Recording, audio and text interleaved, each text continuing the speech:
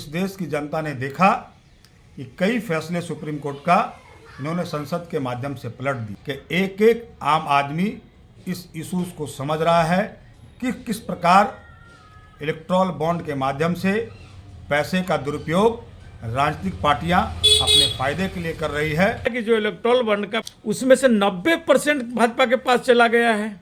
इसी चीज को तो सुप्रीम कोर्ट ने संज्ञान में लिया कि कारपोरेट के द्वारा दिया गया चंदे का 90% अगर एक विशेष पार्टी को जाता है तो निश्चित तौर पे कहीं ना कहीं संदेह उठता है।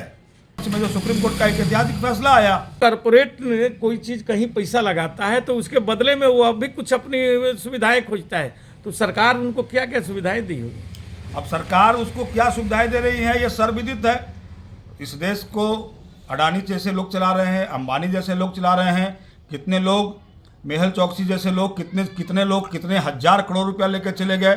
देश का एक आम नागरिक अगर वो 2 लाख रुपये का एनपीए हो जाता है तो शासन और सिस्टम और व्यवस्था उससे वो पैसा वसूल लेती है। हजारों करोड़ रुपये लेकर के जो चले गए हैं वो बट्टे खाते में पैसा डाल दिया गया है। तो निश्चित तौर पे ये तय है कहीं ना कहीं उनको किसी न किसी स्तर से लाभ दिया गया है। इस वजह से वो देश के बाहर आज मौज मस्ती की जिंदगी जी रहे हैं। झारखंड के जाने माने चेहरा जितेंद्र यादव जी जो कांग्रेस के प्रवक्ता के रूप में भी जाने जाते हैं, और आज हम आपको इनसे रूबरू कराते हैं। और इनसे पहला मेरा सवाल ये है कि अभी जो देश में एक नई संकट खड़ा हुई है, जिस चीज़ों को ये मोदी सरकार बोला था कि इलेक्टोरल बॉन्ड पारदर्शिता के रूप में और काला धन को से देश को आज़ाद कराएगा, और जो सुप्रीम कोर्ट का कल आदेश आया है और उसमें इलेक्टोरल बॉन्ड को असंवैधानिक ठहराते हुए बोला गया है कि इससे हवाला का और भी ज़्यादा बढ़ावा मिल रहा है। इस पर आपका क्या कहना है? सबसे पहले आपके तमाम व्यूअर्स को नमस्कार।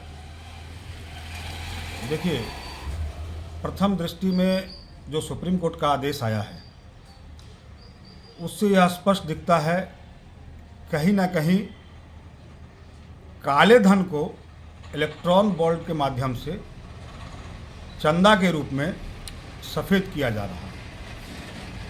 अगर आप देखेंगे इस इलेक्ट्रॉन बॉन्ड के माध्यम से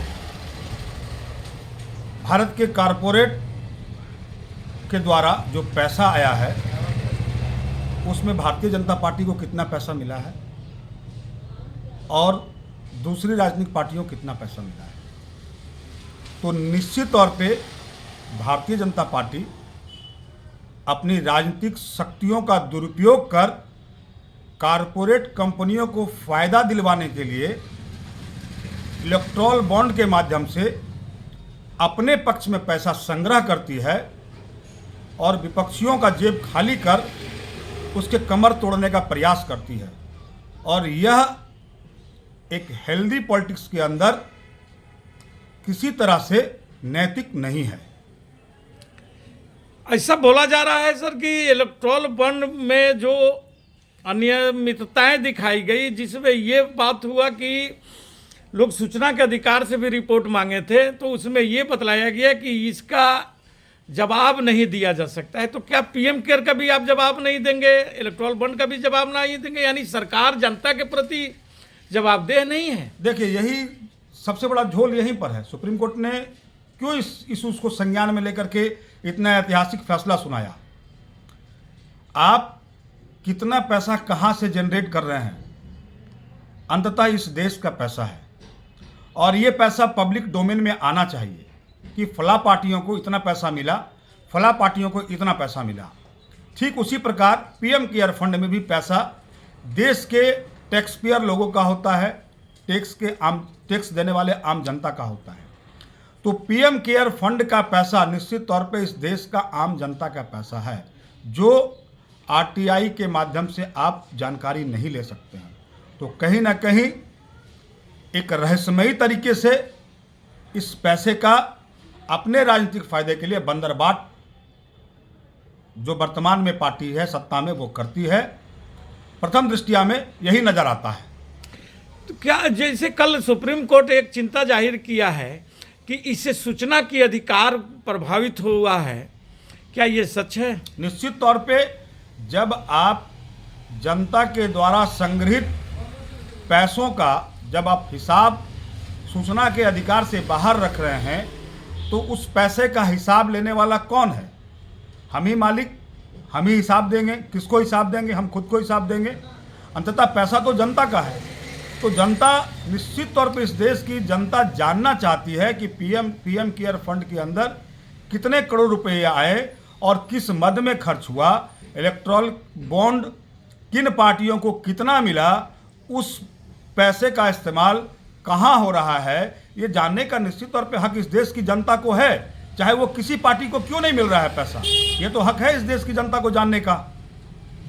अभी सुप्रीम कोर्ट ये भी बोला है एसबीआई को कि आप इस चीज़ों को नाम जितने भी है, जितने जो कौन कौन लोग जो पैसा दिए हैं उन नाम को सार्वजनिक करें और उसको चुनाव आयोग को सौंपें। निश्चित तो क्या सुप्रीम ये एसबीआई ऐसा करेगी? एक निश्चित तौर पे सुप्रीम कोर्ट का निर्णय है और सुप्रीम कोर्ट का निर्णय इस देश के 3 सप्ताह के अंदर देना है। देश के अंदर सर्वोपरि होता है। उसके निर्णय को मानना इस देश के अंदर रहने वाले तमाम भारत के नागरिकों का कर्तव्य है। और एसबीआई इसी देश की एक वित्तीय संस्था है और निश्चित तौर पे जो सुप्रीम कोर्ट का दिशा निर्देश एसबीआई को मिला है, अंशतः उसका अनुपालन एसबीआई करेगी। क्या ऐसा नहीं लग रहा है कि सरकार इससे घिर रही है? और जैसे आप आगे भी देख चुके हैं कि बहुत से कानूनों को, सुप्रीम कोर्ट के आदेशों को पलटने का काम किया है सरकार। ये चुनाव के पहले इसको भी बदलने का, कहीं नई विधेयक ला करके कहीं बदल देने के बाद काम तो नहीं करेगी?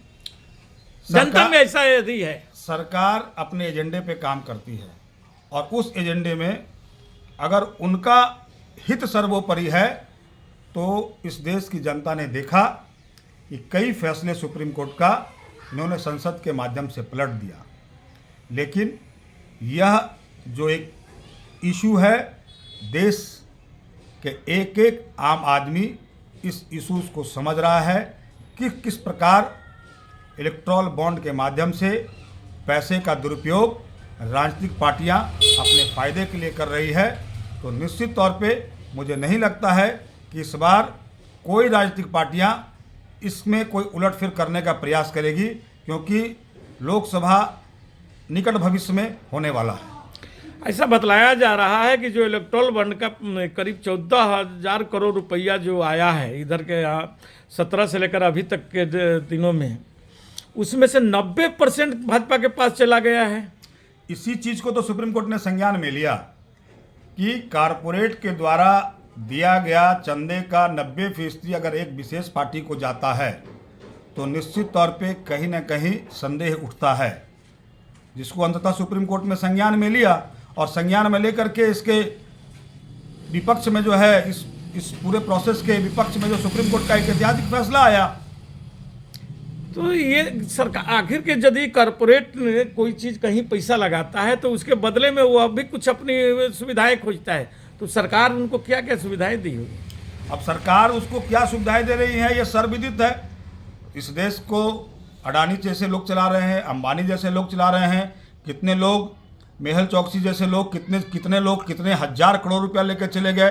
तो निश्चित तौर पे कहीं ना कहीं उनको किसी ना किसी का सह मिला होगा। अदरवाइज अगर एक देश का एक आम नागरिक अगर वो 2 लाख रुपये का एनपीए हो जाता है तो शासन और सिस्टम और व्यवस्था उससे वो पैसा वसूल लेती है। हजारों करोड़ रुपये लेकर के जो चले गए हैं वो बट्टे खाते में पैसा डाल दिया गया है। तो निश्चित तौर पे ये तय है कहीं ना कहीं उनको किसी न किसी स्तर से लाभ दिया गया है। इस वजह से वो देश के बाहर आज मौज मस्ती की ज़िंदगी जी रहे हैं। आज ऐसा भी विश्वास सूत्रों से पता चला है कि कांग्रेस के सारे अकाउंटों को सीज कर दी गई है और अजय माकन जी इससे नाराज हुए हैं, जो आपके कांग्रेस का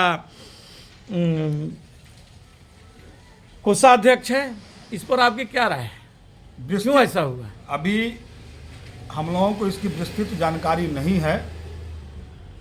विस्तृत जानकारी के उपरांत ही इस पर हम कुछ अभी बात कर सकते हैं। बहुत बहुत धन्यवाद जितेंद्र जी, आपने इलेक्टोरल बॉन्ड पर अपनी विचारों को रखा और हमारे दर्शक की तरफ से आपको सद धन्यवाद। जय हिंद, जय भारत।